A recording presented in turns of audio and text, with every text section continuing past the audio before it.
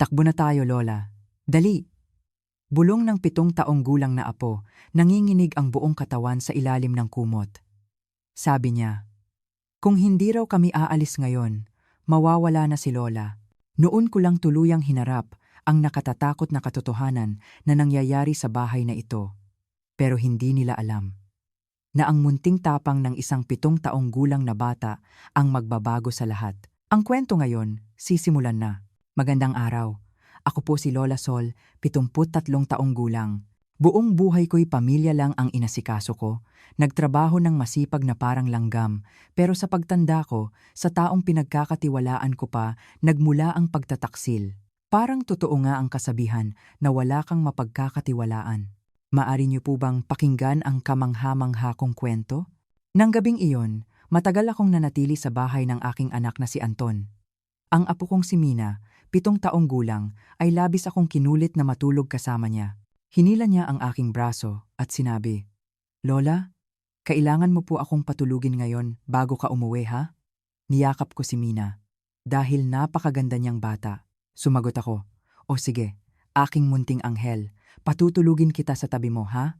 Pumasok kami sa kwarto ng bata at humiga ng magkatabi sa ilalim ng malambot na kumot. Sinimulan kong kantahin ang oyayi na laging kong kinakanta. Tulog na, mahal kong apo. Magandang bata, si Mina, matulog na. Akala ko'y nakatulog na si Mina sa pagpapatahan ko, ngunit bigla siyang nagmulat ng mata. Lumapit siya sa akin at inilapit ang maliit na labi niya sa tenga ko. Nanginginig ng bahagya ang kanyang maliit na katawan. Tinawag niya ako sa mahinang boses.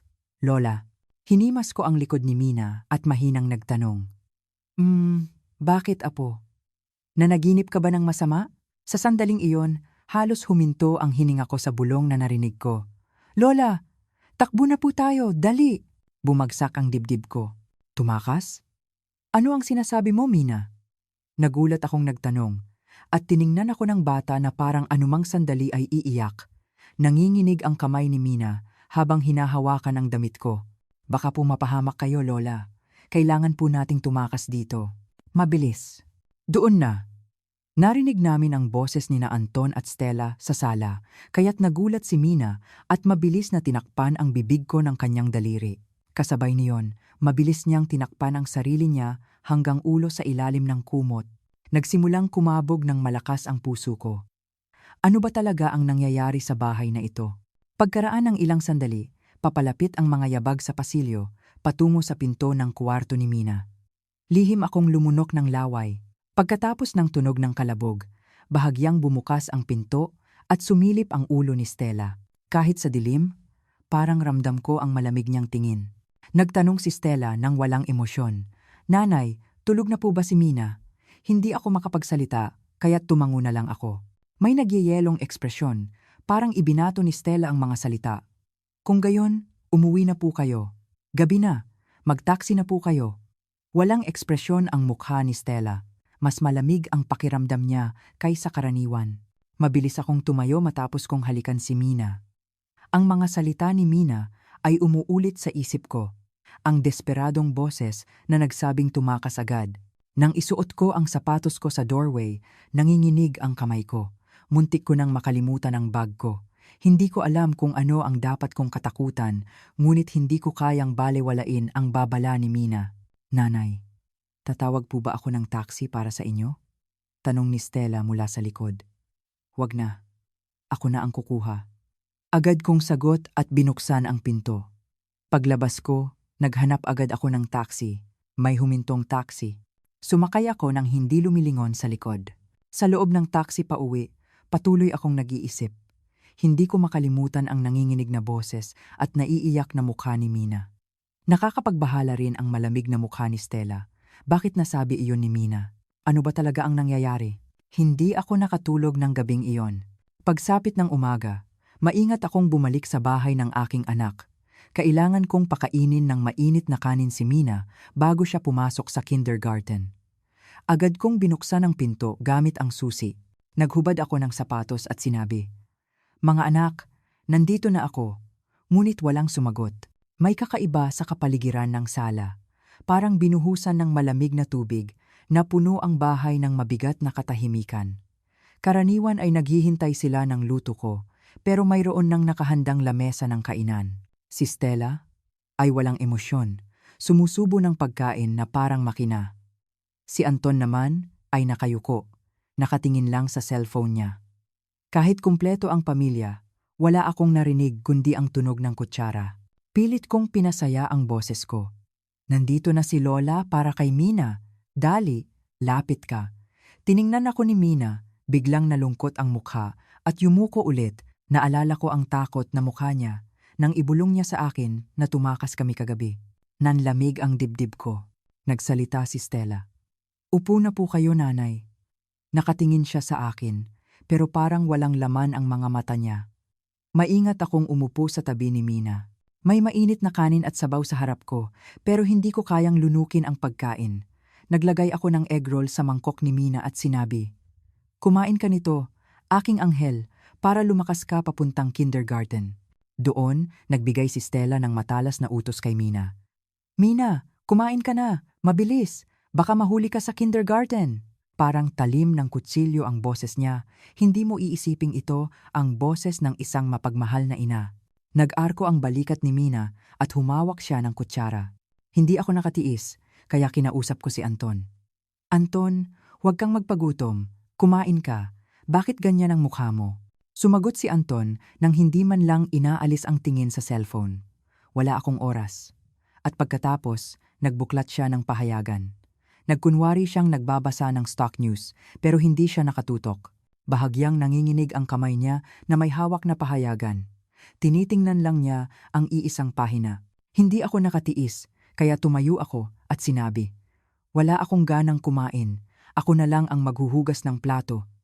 Hindi ko pa natatapos ang sinasabi ko nang putulin ako ni Stella. "Nanay, umupo na lang po kayo." Karaniwan, nagpapasalamat si Stella. Pero ngayon, parang ayaw niyang mahawakan ko ang kahit ano. Tumayo si Anton, marahas na tinitiklop ang pahayagan. Aalis na ako. Bitbit ang bag, umalis siya patungong pinto nang hindi ako tinitingnan. Blag. Ang tunog ng pagsara ng pinto ay parang tumama sa puso ko. Pinatayo ni Stella si Mina. "Mina, kunin mo na ang bag mo, mabilis." Tumayo si Mina at lumingon sa akin. Puno ng takot ang maliit niyang mata. "Lola, ano po ang gagawin ko?" Pilit akong ngumiti at hinaplos ang buhok ni Mina. Mahina siyang nagpaalam, "Lola, pupunta na po ako sa kindergarten." "Sige, aking anghel, mag-ingat ka." Hindi man lang ako tinapunan ng tingin ni Stella. Tinulak niya si Mina sa likod at sinabing, "Nanay, pakisara po ng pinto pagkaalis ninyo." Pagkaalis nilang dalawa, ako na lang ang naiwan sa bahay. Habang nakaupo ako sa lamesa ng kainan, bumalik ang boses ni Mina sa tenga ko kagabi. "Lola, takbo na." Tahimik ang bahay na parang walang buhay. Tanging ang tunog lang ng orasan ang malakas na naririnig, parang tibok ng puso ko. Parang nilalayon akong pumunta sa kusina. Sa lababo, nakasalansan ng mga pinagkainan. Hindi ugali ni Stella, na napakalinis, na iwanan ang mga hugasin ng ganoon. May malaking problema, ang nagyayelong mukha ni Stella, ang pagkabahala ni Anton, at si Mina na puno ng takot. Ano ba talaga ang nangyayari sa pamilyang ito? Doon na, nag-vibrate ng maikli ang cellphone ko, text message galing kay Stella. "Nanay, hindi pa po ba kayo umaalis? Pakisara po ng pinto." Bago pa ako makasagot, may isa pang text ang dumating. "Pakialis na po agad." Hindi ako makapaniwala na galing iyon sa manugang ko. Pinapaalis niya ako. Nanginginig ang kamay ko habang kinukuha ang bag at nagtungo sa pinto. Pagsara ko ng pinto, nakaramdam ako ng katiyakan na may seryosong nangyayari. Pagkatapos ng tanghali, umuwi na si Mina mula sa kindergarten. Pagbaba niya ng bus, pagkakita niya sa akin, ibinato niya ang bag at tumakbo papunta sa akin. Niyakap ko ang bata na kasing liwanag ng araw, hindi katulad kaninang umaga. Pag-uwi namin, habang hinahaplos ko ang likod niya, nagtanong ako, "Naglaro ka ba ng masaya sa kindergarten, apo?" "Opo, Lola. Guguhit po tayo ngayon." Sa halip na sagot, hinila ni Mina ang kamay ko papunta sa kwarto niya. Umupo ako sa tabi ng maliit niyang desk. Nagbuklat si Mina ng sketchbook at nagsimulang gumuhit ng bahay. Isang kwadrado na bahay, tatsulok na bubong, at mga bintana, pero kakaiba. Naglagay siya ng mga pulang bilog sa bawat bintana gamit ang pulang crayon. Nagtanong ako nang hindi humihinga. Mina, ano yang mga pulang bilog na yan? Selyo po? Sagot niya nang hindi tumitingin. Selyo? Anong selyo? Ang sagot ng bata ay parang gumuho ang mundo ko. Mahina ang boses ni Mina, sinabi niya, sabi ni Papa, kapag may selyo daw ang bahay ni Lola, mawawala na. Nanlamig ang dibdib ko. May selyo ang bahay ni Lola? Ano ang ibig sabihin niyan? Tinago ko ang nanginginig kong kamay at nagtanong, Mina, kailan sinabi? Yan ni Papa, kagabi po. Sobrang lakas ng nagbabangayan sina Mama at Papa, sabi ni Mina habang nilalagyan ng kulay ang mga pulang bilog. Nagbabangayan sila ng malakas? Opo, natakot po ako. Kaya nagtago ako sa ilalim ng kama at nakinig. Nanginginig ang boses ng bata. Pilit akong nagpakalma at nagtanong, may naaalala ka ba sa sinabi nila? Huminto si Mina sa pagguhit at tumingin ng diretso sa akin. Sabi po, ibebenta na ang bahay ni Lola. Bigla akong nabingi at namuti ang paningin ko. Ang anak kong si Anton, gusto niyang ibenta ng palihim ang bahay ko? Nagtanong ako. Parang nagyeyelo ang boses. Ibebenta ang bahay ni Lola? Opo. Sabi po ni Papa, kapag nilagyan daw ng selyo ang bahay ni Lola, makakakuha raw ng maraming pera. Tumango si Mina nang may malungkot na mata. Ang sumunod na sinabi ng bata ay parang mas malaking saksak sa dibdib ko, pero galit po si Mama. Sabi niya, mabilis. Pati si Stella, hindi na ako makapagsalita. Lola, natatakot po ako. Hindi po ba tayo tatakas? Biglang huminto si Mina sa pagguhit at tumingin sa akin. May luha sa mga mata niya. Huwag kang mag-alala, Mina. Poprotektahan ka ni Lola. Sabi ko habang niyayakap siya. Maingat kong inayos ang mga drawing. Mina, pwede bang kunin ni Lola ang mga drawing na ito? Opo. Ingatan po ni Lola. Ibinigay niya ang mga drawing sa kamay ko. Doon, narinig namin ang tunog ng door lock mula sa pinto. Umuwi na si Stella. Mabilis na tumayo si Mina. Itinago ang mga drawing sa loob ng kanyang drawer at nagbuklat ng ibang coloring book. Sa maliit na galaw na iyon, lalong nadurog ang puso ko. Pagkaraan ng ilang sandali, pumasok si Stella sa kwarto at tumingin sa akin. Walang emosyon siyang nagtanong, Nanay, kakain po ba kayo ng hapunan bago kayo umuwi? Habang kumakain kami, umiiwas sa mata ko si Anton. Parang buhangin ang pagkain na hindi ko malunok. Tiningnan ko si Mina, tahimik lang siyang kumakain, tinitingnan ang ekspresyon ng mga matatanda. Nang gabing iyon, pag-uwi ko, binuksan ko ang mga drawing na ibinigay ni Mina. Ang mga hindi perpektong guhit ng 7 taong gulang na bata. Iyon ay parang death sentence mula sa sarili kong anak at manugang. Hindi ako makatulog. Ang boses ni Mina na may halong iyak, ang desperadong sigaw na tumakas ay umuulit sa tenga ko. Hindi ko pwedeng hayaang manakaw ang buhay ko ng ganoon. Kailangan kong kumpirmahin ang lahat ng katotohanan na ito sa sarili kong mata. Kinabukasan, parang baliw akong naglinis sa bahay. Sinusubukan kong burahin sa isip ko ang nakakatakot na mga drawing na ibinigay ni Mina. Itinulak ko ang sofa sa dingding at pinunasan ang alikabok sa ilalim. Habang nasusunog ang kalooban ko, kumikintab naman ang sahig. Doon na! Malakas na tunog ng doorbell. Biglang tumunog ng matinis ang doorbell. Wala akong inaasahang bisita, kaya tiningnan ko ang intercom. Sa screen, may isang binatang nakatayo, hindi ko kilala. Nakasuit siya at may dalang makapal na briefcase. Nagtanong ako sa intercom, sino po sila? Magandang araw po, nanay. Ako po si Gino. Galing po ako sa real estate lupa at bahay. Malinaw na pagpapakilala niya. Real estate? Bakit po? Wala po, kundi tungkol sa pagbebenta ng bahay na ito. Nandito po ako para kumpirmahin ang inyong pagkakakilanlan. Pagbebenta ng bahay? Dumaan sa isip ko ang drawing ni Mina at ang takot niyang mukha, nanginginig ang kamay ko habang binuksan ang pinto. Magalang na yumuko ang lalaki at nagbigay ng calling card. Kim Chulmin po ako. Ako po si Lola Sol. Pero pagbebenta ng bahay? Ano po ba ang sinasabi ninyo? Tinanong ko. Wala akong lakas na tanggapin ang calling card. Ipinaliwanag ni Gino. Parang natural lang. Kamakailan po, nagbago ang batas. Para sa mga matatanda na transaksyon sa real estate, kailangan po naming bisitahin kayo para kumpirmahin ang inyong intensyon. Nagbigay ako ng sarcastic na tawa. Transaksyon? Hindi ko po ipinabebenta ang bahay na ito. Hindi ko po sinabing ibebenta ko. Biglang nanigas ang mukha ni Gino. Nagbuklat siya ng briefcase ng naguguluhan. Po, hindi po dapat. May SPA po kami mula sa anak ninyo at normal po naming sinisimulan ang kontrata. SPA. Saan po ninyo nakuha ang SPA na hindi ko nilagdaan? Ang sabi po ng anak ninyo, ipinabebenta ninyo ang bahay dahil papasok na po kayo sa care facility. Care facility? Hindi ko kailanman narinig ang salitang iyon mula sa anak ko. Nag-aalangan akong sumagot, nanginginig ang labi ko.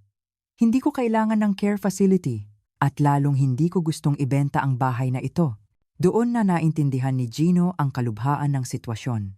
Kinunutan niya ang noo at bumulong, talaga po ba? Aba, kakaiba po ito. Anong kakaiba? Sumigaw ako.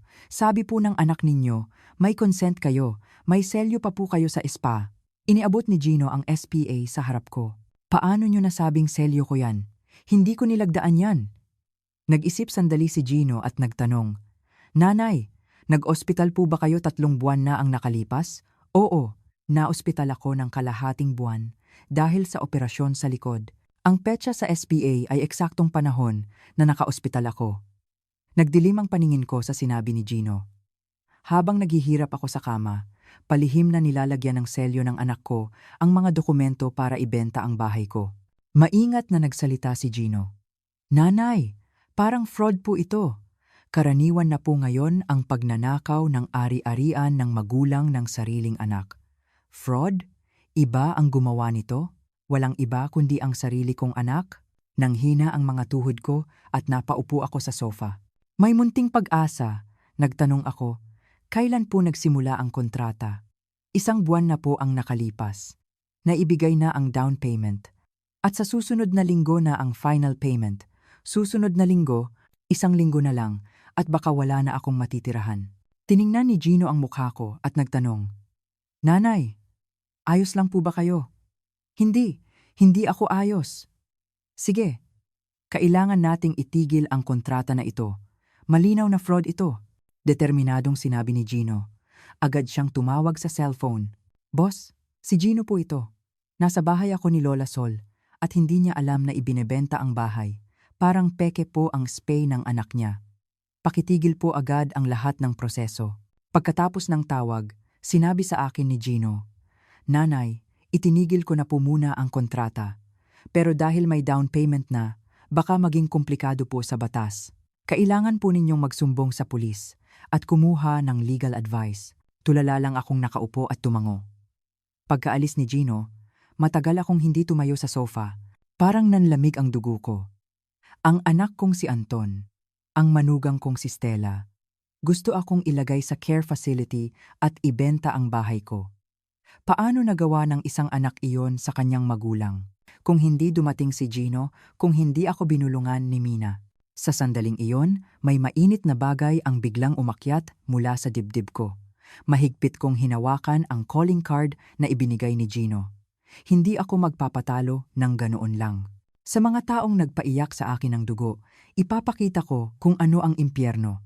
Nanginginig ang kamay ko habang tumawag ako kay Aling Nena, ang kapitbahay. At walang hiya akong nagtanong, Aling Nena, si Sol ito, may oras ka ba ngayon? Gusto ko sanang pumunta sa munisipyo. Pwede mo ba akong samahan? Munisipyo? Bakit, Mare? Tanong na may pag-aalala ni Aling Nena. Kailangan ko kasing kunin ang titulo ng lupa pero hindi ako sanay gumamit ng makina. Ay, ako ang expert diyan. Pupunta ako agad, Mare. Pagkatapos ng 1 oras, sinamahan ako ni Aling Nena sa munisipyo. Sa harap ng mga machine sa unang palapag, parang nawalan ako ng hininga. Natatakot akong isipin na ang malamig na makinang iyon ang magsasabi ng aking kapalaran. Hinaplos ni Aling Nena ang likod ko at sinimulan niyang gamitin ang makina. Wiing ang tunog at may lumabas na manipis na papel. Ayan na, Mare. Inabot ni Aling Nena ang titulo ng lupa sa akin. Nanginginig ang kamay ko habang tinanggap ang papel. Puno ito ng komplikadong itim na letra na parang gumagalaw na mga insekto. Tiningnan ni Aling Nena ang papel sa ibabaw ng balikat ko. Tingnan natin. Ang right of ownership ay pangalan mo, tama. Mayroon dito sa encumbrance. Biglang mahinang sumigaw si Aling Nena. Parang tumigil ang puso ko. Sa seksyon ng encumbrance, nakita ko ang mga salitang mortgage. Collateral ng malinaw. Ang maximum loan amount ay hindi bababa sa 2 milyong piso. Ang nagpahiram ay isang lending company na hindi ko kailanman narinig. Nagtanong ako, halos hindi na lumalabas ang boses. Aling Nena, ano ang lahat ng ito? Ipinaliwanag ni Aling Nena parang hindi makapaniwala. Diyos ko, Mare, ibig sabihin, nag-loan sila ng 2 milyong piso gamit ang bahay mo bilang collateral. Nag-loan ka ba? Hindi. Wala akong kailanman inutangan sa buhay ko. Sumigaw ako. Kung gayon, tingnan natin ang petsa. Kailan nangyari ito? Itinuro ni Aling Nena ang petsa. 3 buwan na ang nakalipas. Eksakto noong nakaospital ako at nagpapagaling sa operasyon sa likod. Habang naghihirap ako sa kama, ang anak ko ay kumuha ng milyong utang gamit ang bahay ko bilang collateral. Tiningnan pa ng mas detalyado ni Aling Nena ang titulo. Lalo siyang nagtaas ng boses. Mare, tingnan mo ito. May SPA na isinumite. Ang nagsusumite, Anton. Sa pagkakita ko sa pangalang iyon, napaupo ako. Nanghina ang mga tuhod ko. Sinigawan ako ni Aling Nena habang inaalo ako. Mare, magpakatatag ka. Mare, Aling Nena, ano ang gagawin ko? Umiyak ako na parang bata. Binilhan ako ni Aling Nena ng malamig na tubig. Nang makabawi ako, sinabi ni Aling Nena ng galit. Mare, malinaw na forgery ito ng pampublikong dokumento. Kailangan nating pumunta sa presinto, ngayon na. Pero si Anton ang anak ko. Ang tanging anak ko. Nag-alinlangan ako, kaya't biglang nagalit si Aling Nena. Kung anak mo, pwede ka na niyang saksakin sa likod, magpakatatag ka, Mare. Baka wala ka nang matirahan. Nagising ako sa sigaw ni Aling Nena. Pinunasan ko ang luha ko at inilagay ang titulo sa loob ng bag. Hindi na ako mag-alinlangan. May matibay at malinaw na ebidensiya ako ng pagtataksil ng anak ko. Tahimik lang ako pauwi. Ang utang na 2 milyong piso, ang forged SPA, at ang patuloy na transaksyon ng pagbebenta. Paulit-ulit na lumilitaw ang mukha ni na Anton at Stella sa isip ko. Nang gabing iyon, inilatag ko ng magkatabi ang mga drawing ni Mina at ang titulo. Ang amateur na babala ng 7 taong gulang na apo at ang papel na puno ng malamig na batas ay iisa ang sinasabi. Wala na akong oras para mag-alinlangan. Pagdating ng umaga, sisimulan ko na ang impyernong laban na ito. Para sa aking bahay at para sa natitirang buhay ko, kailangan kong magpakatatag. Kinabukasan, pagkatapos ng tanghali, nagkunwari akong kalmado at nagtungo ulit sa bahay ng aking anak. Pagpasok ko sa pinto, agad akong niyakap ni Mina. Lola, ay aking anghel, maganda ba ang kindergarten mo? Tanong ko habang hinahaplos ang likod niya. Opo, Lola, may ipapakita ako sa inyo lang. Kumislap ang mata ni Mina at hinila ang kamay ko. Ano yon? Lihim. Mabilis. Sumunod kayo. Hinila ako ni Mina, papasok sa kwarto niya at isinara ang pinto. Sa kama, nakalagay ang isang pink rabbit doll na laging niyayakap ni Mina habang natutulog. Iniabot sa akin ni Mina ang doll at bumulong. Lola, tingnan niyo po ito. Espesyal po tong rabbit na to. Wow, talaga? Ano ang espesyal sa kanya? Tumawa akong nagtanong at pinisil ni Mina ang tiyan ng doll at nakakita ng maliit na button. Lola, pindutin niyo po to. Nang pinindot ko ang maliit na button, narinig ko ang pinakanakakatakot na boses sa buhay ko. Ang matalim na boses ni Stella. Naku, yang mga nagpapautang, tumawag na naman ngayon, naniningil. Kailan mo aayusin ang bahay ng nanay mo? Bumagsak ang puso ko. Pagkatapos, ang mahinang boses ni Anton na parang saksak sa dibdib ko.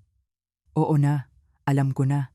Kapag nalaman ni Mama, tapos na ang lahat, kaya kailangan nating gawin ito ng tahimik. Ang care facility? Kailan mo sasabihin ang tungkol sa care facility? Kapag nabenta na ang bahay na yan at naipadala na natin ang matanda sa care facility, matatapos na ang lahat, hindi ba? Hindi ako makapaniwala sa narinig ko. Ang matanda? Ako ang tinutukoy niya. Nanghina ang mga tuhod ko at napaupo ako sa tabi ng kama ni Mina. Ibenta muna ang bahay. Ibenta muna ang bahay. At saka tayo mag-isip. Ilang beses niyang sinabi. Sa recording, tumawag si Anton sa isang tao nang nagmamadali. Opo, boss. Kailangan lang ang lagda niya. Bigyan niyo lang ako ng kaunting oras. Opo, sigurado po. Diyos ko, parang umakyat ang dugo ko sa ulo. Nanginginig ang boses ko habang nagtanong. Mina, ano to? Ilang araw na po ang nakalipas. Nagbabangayan po ulit sina mama at papa. At natakot po ako. Mahinang sagot ng bata. Kaya binuksan mo ang doll na to? Opo. Sabi po, nagre-record daw ang rabbit doll na to. Kahit si mama, hindi po niya alam na may ganito ito. Niyakap ko ng mahigpit ang bata. Ang maliit na bata na ito ay gumawa ng paraan para iligtas ako sa gitna ng takot. Patuloy na umaagos ang recording. Lahat ng plano nila na ibenta ang bahay ko, bayaran ang utang, at ipadala ako sa care facility, walang bawas. Idinikit ni Mina ang mukha niya sa dibdib ko at sinabi, Lola, sobrang natatakot po ako. Ayos lang Mina, aking anghel. Ayos na. Aayusin lahat ni Lola. Inalo ko ang bata, pero ang puso ko ay punit-punit. Inangat ni Mina ang ulo niya at ibinigay sa akin ang rabbit doll. Lola, kunin niyo po ito. Aking anghel, pinakapaborito mo yan. Sigurado ka? Opo. Parang kailangan po yan ni Lola. Kumislap ang mata ng apo ko habang inaabot ang doll.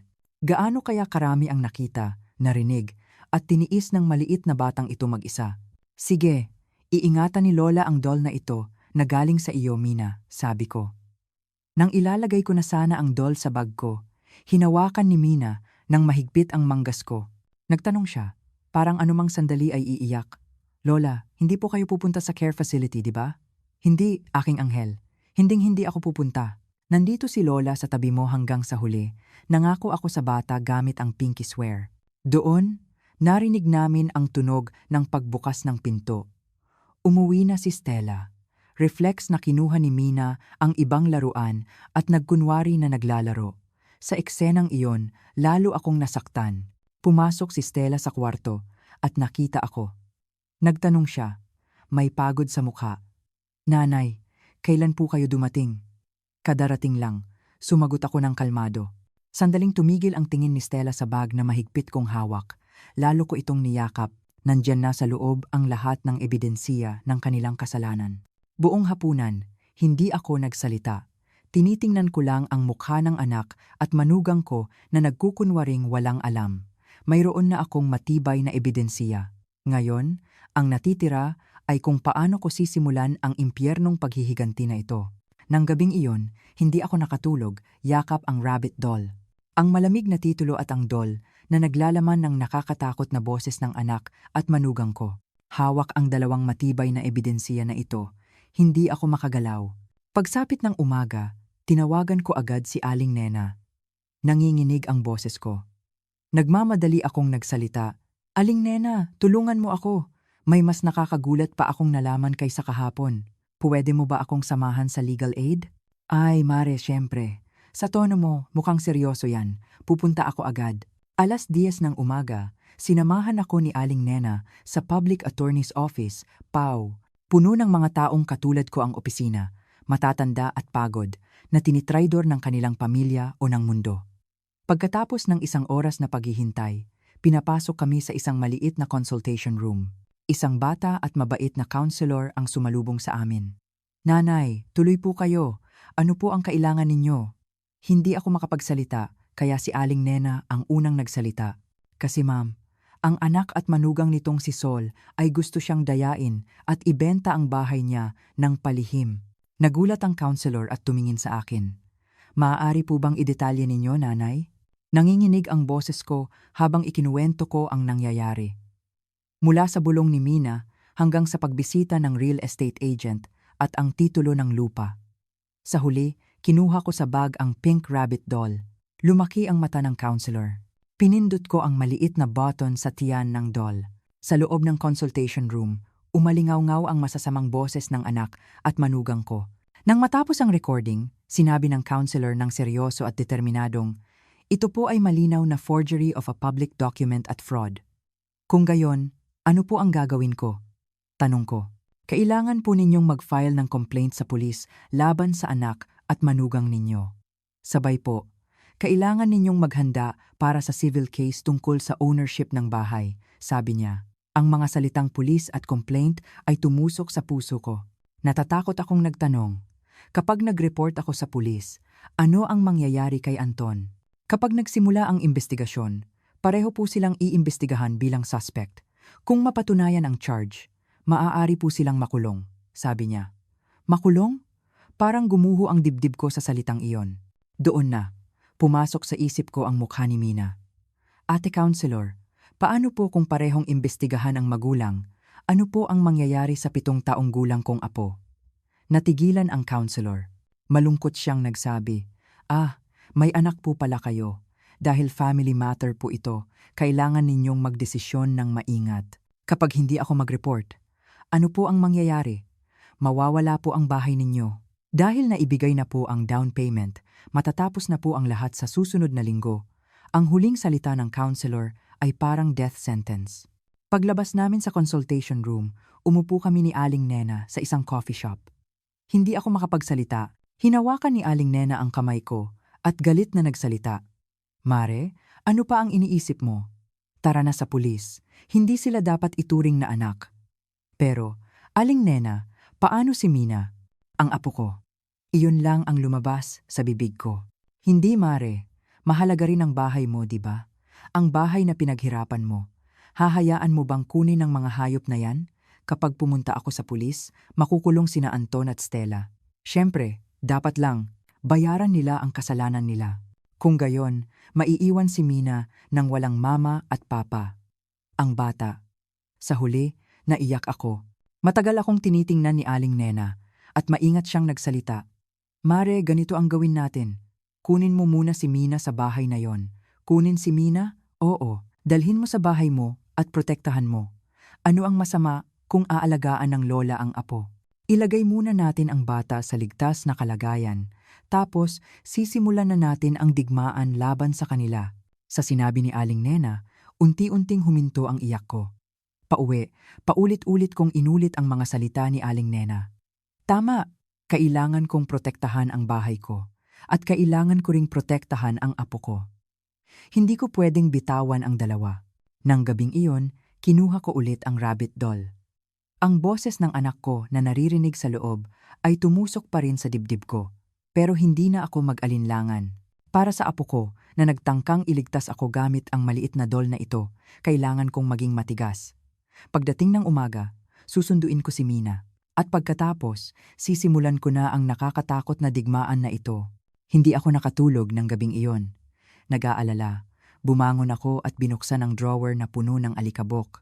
Baka gagaan ang pakiramdam ko kung aayusin ko ang mga lumang gamit. Sa loob ng drawer, nakakita ako ng lumang photo album ng pamilya. Ang unang page ay ang litrato noong unang beses na nagpakilala si Stella, 8 taon na ang nakalipas. Sa litrato, mahigpit niyang hawak ang kamay ko at may pinakamabait na ngiti. Malinaw pa rin sa tenga ko ang sinabi niya noon. Nanay, aalagaan ko po kayo na parang sarili kong nanay. Hindi po, parang sarili kong anak. Napakatamis ng boses niya. Hindi ko inasahan na may nakakatakot na lason sa tamis na iyon. Hinaplos ko ang litrato. Hindi ako makapaniwala na ang mukhang anghel na iyon at ang Stella na sumaksak sa akin sa likod ay iisa. Nang hinalughog ko pa ang drawer, may nakita akong papel. Ito ang dokumento na ibinigay sa akin ni Stella 1 araw pagkatapos naming ikasal. Naalala ko ang araw na iyon. Nakangiting ibinigay sa akin ni Stella ang papel. Nanay, dahil po sa paglipat namin, simple lang pong consent form ito. Pakilagyan po ng selyo. Pero noong araw na iyon, sobrang sakit ng ulo ko dahil sa flu. Stella, pasensya na, pwede bang bukas na lang? Wala akong concentration ngayon, sabi ko. Ganoon po ba? Sige po, nanay. Hindi naman po ito nagmamadali. Magpahinga po kayo, nakangiti si Stella, pero hindi ko nakita ang pagkadismaya sa mata niya. Bakit hindi ko napansin yun noon? Pagkalipas ng ilang araw, bumalik si Stella dala ang papel. Nanay, yung papel po, medyo nagmamadali na. Sige, ibigay mo, sabi ko. Nang bubuksan ko na ang drawer para hanapin ang selyo, bigla akong nakaramdam ng matinding sakit sa tiyan. Naospital ako ng gabing iyon at nanatili ng mahigit 1 buwan. Tulala kong binuklat ang lumang papel. Ang pamagat ng papel na sinabing simple consent form for moving ay wakala ng kapangyarihan, power of attorney, para sa pag-aari at pagbebenta ng ari-arian. Ang mga maliliit na letra na hindi ko nabasa ng maayos noon ay biglang luminaw. Ang ahente ay may buong kapangyarihan sa lahat ng bagay na may kaugnayan sa ari-arian ng nagbigay kapangyarihan. Maaaring ibenta ang ari-arian sa ikatlong partido, nanlamig ang dugo ko. Ito ay dokumento para isuko ang buong bahay ko. Ngayon ko lang naintindihan. Sinubukan ni Stella na makuha ang lagda ko sa dokumentong ito bago ako na ospital. Sa kabutihang palad, bumagsak ako, kaya't nabigo siya. Pero nang binalikan ko ang mga alaala, naalala ko ang simula ng pagbabago. Tama. 2 taon na ang nakalipas. Nagsimula ng humina ang negosyo ni Anton. Nanay, sobrang hirap ng ekonomiya ngayon. Laging reklamo ni Anton. Si Stella rin, mukhang stress na siya. Medyo sensitibo siya nitong mga nakaraang araw. Laging pinoprotektahan ni Anton si Stella. Maniwala ako sa anak ko. Siyempre, stressed ang manugang ko dahil sa hirap ng buhay. Kailangan ko pa siyang tratuhin ng mas mabuti. Pero mali ako. Ang stress nila ay hindi dahil sa kawalan ng pera, kundi sa pagmamadali na makuha ang ari-arian ko. Nagsimula ring lumamig ang ugali ni Stella noong panahong iyon. Hindi dahil sa hirap ng buhay, kundi dahil hindi na niya kayang itago ang masamang intensyon niya. Ibinato ko ulit ang mga litrato at lumang dokumento sa loob ng drawer. Hindi na ako magpapaapekto sa mga alaala ng nakaraan. Ang matamis na ngiti, ang matamis na pangako na aalagaan ako na parang anak. Lahat iyon ay isang masamang performance para dayain ako. Sa labas ng bintana, madilim pa. Ang maliwanag na hapon noong unang pumasok si Stella sa bahay na ito ay naging pinakanakakatakot na bangungot sa alaala ko. Naghintay ako ng umaga ng gising. Tapos na ang oras ng pagsisisi at kalungkutan. Ang mahalaga ay hindi ang nakaraan, kundi ang kasalukuyan. Ang kalaban ko ay hindi ang anghel na manugang sa litrato, kundi sina Stella at Anton na sumaksak sa likod ko. Nang gabing iyon, nagdesisyon na ako. Hindi na ako iiyak sa sarili kong kwarto. Kailangan kong tapusin ang impyernong ito gamit ang sarili kong kamay. Pagsapit ng umaga, kinuha ko ang telepono. Walang bahid ng panginginig ang kamay ko. 9:00 ng umaga, tumawag ako sa kindergarten ni Mina. Sinubukan kong magsalita ng kalmado at magalang. Magandang araw po. Lolo po ako ni Mina. Tungkol po sa psychological issue ng apo ko. Gusto ko po sanang makipag-usap sa teacher niya. Opo, Lola. Siyempre po. Kailan po ang available ninyo? Magalang na sumagot ang teacher. Mamayang hapon po. May kailangan po akong sabihin tungkol sa pagbabago ng ugali ng bata. Kung gayon, mga 2:00 po? Sige po. Pupunta po ako sa oras na iyon. Ang unang button ay naisara. Pagkatapos ng tawag, tinawagan ko agad si Aling Nena. Aling Nena, tulungan mo ako ngayon. Pumunta tayo sa management office ng apartment. Management office? Bakit mare? Sabi ni Mina, laging nagbabangayan ang mag-asawa. Hindi ko pwedeng palampasin ang ingay tuwing gabi. Kailangan kong kumuha ng record kung may complaints ba at gaano kadalas. May lakas ng loob ang boses ko. Hindi nga nagkamali. Marami ng complaints tungkol sa ingay. Hinalughog ng manager ang computer at nagbigay ng mga papeles. May kabuuang 5 complaints na nasubmit sa loob ng 1 buwan. Karamihan ay tungkol sa noise ng mag-asawa. Ang papel na iyon ay hindi lang record ng complaint. Ito ay malinaw na ebidensiya kung paano pinalaki ng anak at manugang ko ang apo ko. Paglabas ko ng management office, dumiretso ako sa cellphone store ng kapitbahay. Yakap ko ang rabbit doll. Nagsumamo ako sa may-ari na kilala ko. Boss, pwede bang i-transfer mo sa USB ang recording file sa loob ng rabbit doll na ito? Ay, Lola, ano po yan? Recording sa doll. Nagtatakang tanong niya. Mas mahalaga po ito kaysa sa buhay ko. Kailangan ko po ito. Baka kailanganin namin sa korte, sabi ko. Nanigas ang mukha ng boss. Ay, Lola, sige po. Iko-copy ko ng maayos at hindi ko sisirain ang original. Pagkatapos ng 20 minuto, ibinigay niya sa akin ang recording file sa 2 USB. Nagmadali akong kumain at pumunta sa kindergarten ni Mina sa exact time. Ang teacher ay puno ng pagkabahala. Lola, sa totoo lang, nag-aalala po ako sa mga drawing ni Mina. Naglabas ang teacher ng ilang drawing ni Mina.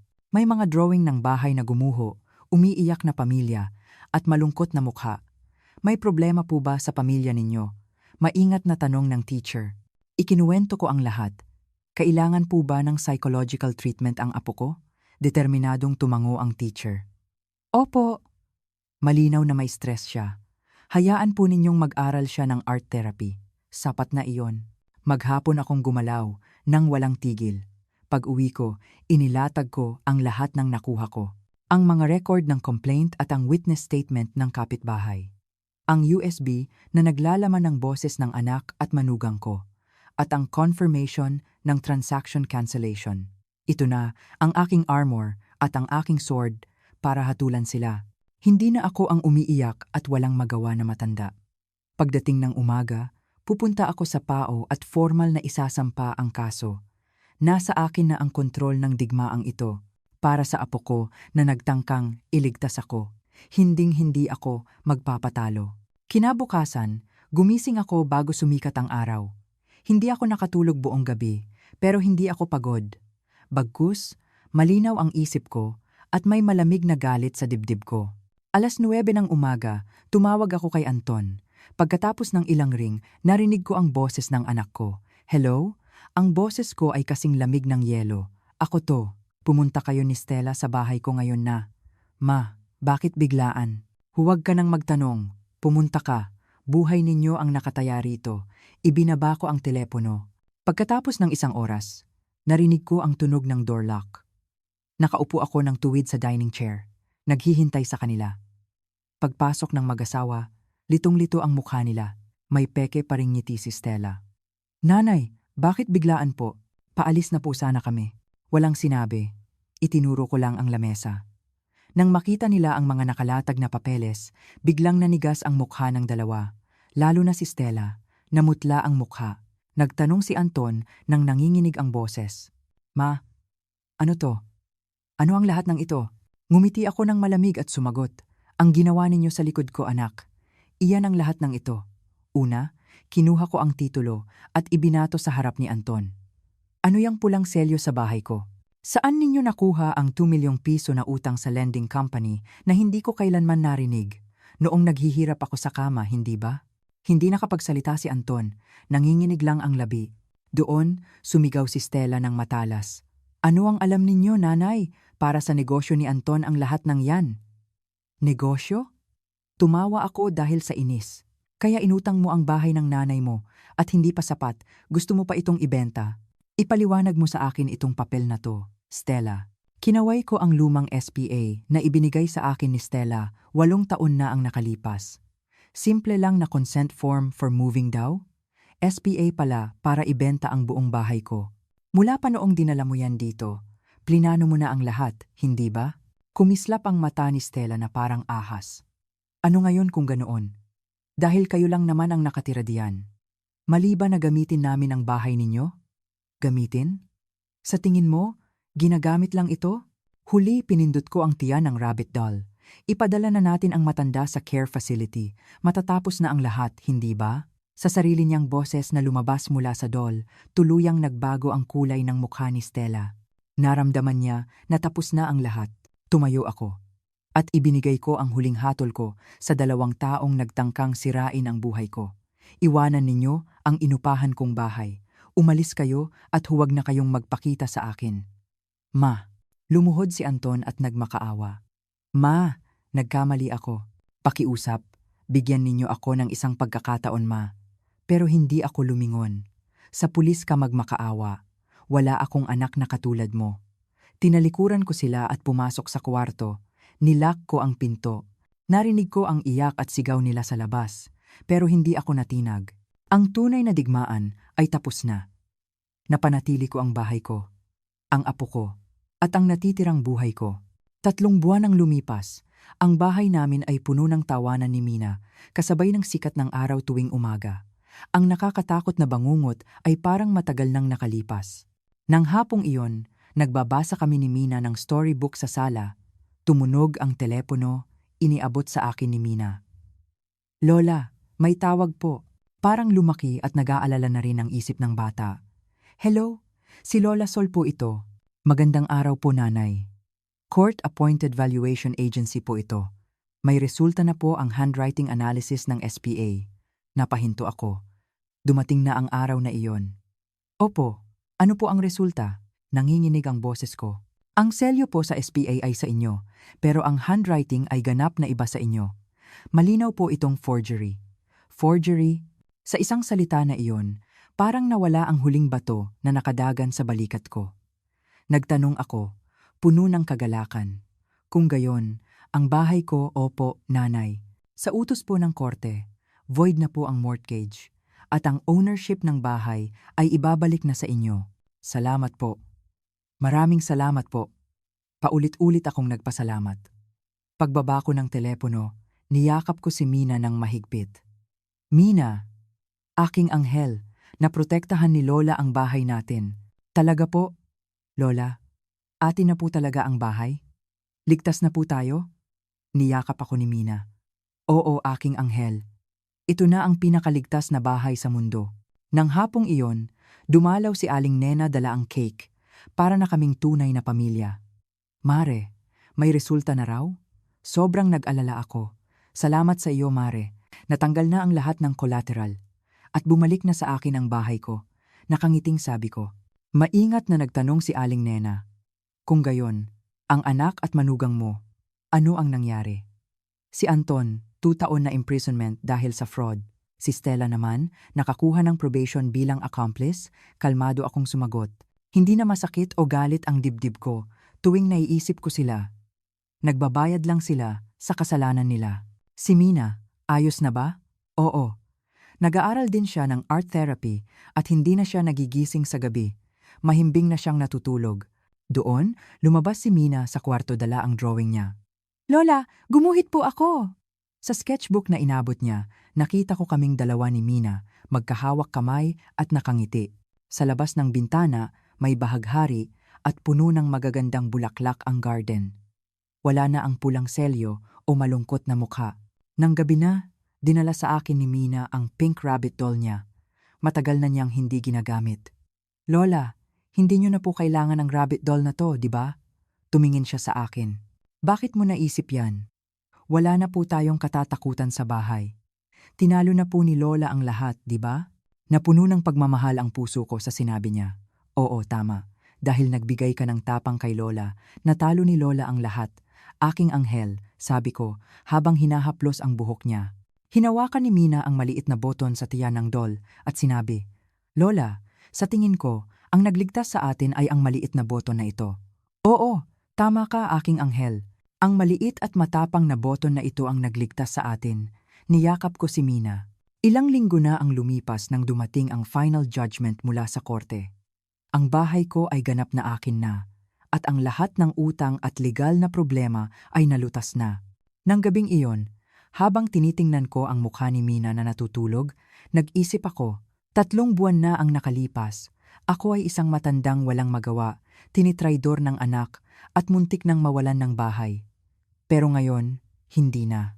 Ipinagtanggol ko ang karapatan ko. At higit sa lahat, ipinagtanggol ko ang mundo ng apo ko. Ang ipinagtanggol ko ay hindi lang isang lumang bahay. Ito ay ang aking dignity. At ang simple at mahalagang araw-araw na buhay, kasama ang apo ko. Mahal kita, Lola, bulong ni Mina habang niyayakap ako sa tulog. Mahal na mahal din kita, aking anghel. Hinalikan ko ang noo niya. Ang buwan sa labas ng bintana ay parang napakainit at payapa. Isang linggo pagkatapos makumpirma ang hatol ni Anton, may dumating na sulat mula sa kulungan. Application for visit mula kay Anton. Gusto niya akong makita. Muntik ko na itong punitin, pero sa huli, naisip ko na kailangan kong makita ang mukha niya sa huling pagkakataon. Kailangan kong putulin ang huling tali ng nakakainis na relasyon na ito. Habang umaandar ang bus patungo sa kulungan, mabilis na lumipas ang mga pamilyar na tanawin. Sa dibdib ko, naghalo ang galit, awa, lungkot at puot. Pagkatapos ng 1 oras, nakaupo ako sa malamig at tahimik na visitation room ng kulungan. Pagkaraan ng ilang sandali, sa likod ng salamin, lumabas si Anton na nakasuot ng prisoner's uniform. Pagkatapos ng 3 buwan, ang anak ko ay mukhang sobrang tumanda at kawawa. Pagkakita niya sa akin, agad siyang yumuko. Kinuha ko ang receiver at nagsalita. Bakit mo gustong makipagkita? Ma, humihingi po ako ng tawad, narinig ko ang mahina at nanginginig na boses niya sa receiver. Hindi ako pumunta dito para marinig lang yan. Wala na po akong magawa dahil sa utang. Wala na akong makita. Nagsimulang magbigay ng excuse si Anton.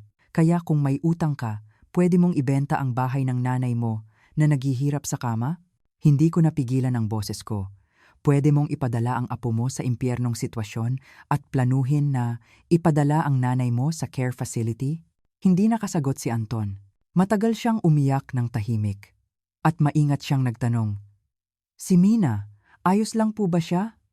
"Ayos na siya, huwag kang mag-alala." Siguro galit siya sa akin. Hindi siya galit. Natatakot siya. Iyan ang mas nakakatakot na parusa kaysa galit. Sa sinabi ko, lalong napayuko si Anton. Nagsumamo siya, "Ma. Si Mina, kahit isang beses lang, pwede ko bang makita?" "Hindi." Mabilis akong tumanggi. "Ma, ako pa rin ang tatay niya." Ang tatay na nagplano na ibenta ang bahay at tawagin ang nanay niya na ang matanda sa harap ng sarili niyang anak. "Nawala mo ang karapatan mo na maging tatay ni Mina noong araw na yon." Hindi na nakasagot si Anton. Sinabi ng guard na tapos na ang oras ng pagbisita. Tumayo si Anton at tumingin sa akin. "Ma, sana po, maging malusog kayo." Nang tatalikod na ako, narinig ko ang nanginginig na boses niya sa receiver. "Ma, pakialagaan po sana si Mina." Hindi ako sumagot at lumabas ako sa visitation room. Paglabas ko sa mabigat na pinto ng kulungan, sumikat ang araw sa mukha ko. Komplikado pa rin ang puso ko, pero wala akong pagsisisi. Ngayon, ang anak kong si Anton ay tuluyang nabura sa buhay ko. Pagdating ko sa bahay, naghintay si Mina sa pinto at tumakbo para yakapin ako. "Lola, ay aking anghel, hinintay mo si Lola?" "Opo." Nagdasal po ako sa Diyos na bumalik kayo agad. Niyakap ko siya ng mahigpit. Ang impyernong nakaraan ko ay naiwan ko na sa likod ng kulungan.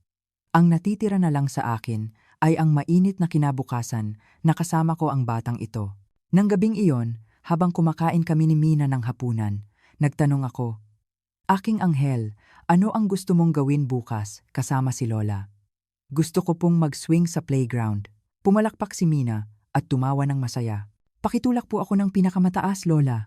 "Tama, ngayon na ang simula ng bagong buhay. Hindi na ako magpapaapekto sa nakaraan. Para protektahan ang ngiti ng apo ko, kailangan kong maging mas malakas at mas masaya." Maraming salamat po sa inyong pakikinig sa aking kwento. Sa simula, ako ay isang matandang walang magawa na tinitraidor ng pamilya, pero ngayon, ako ay isang lola na matagumpay na ipinagtanggol ang buhay niya. Higit sa lahat, masaya ako na naipagtanggol ko ang mahal kong apo.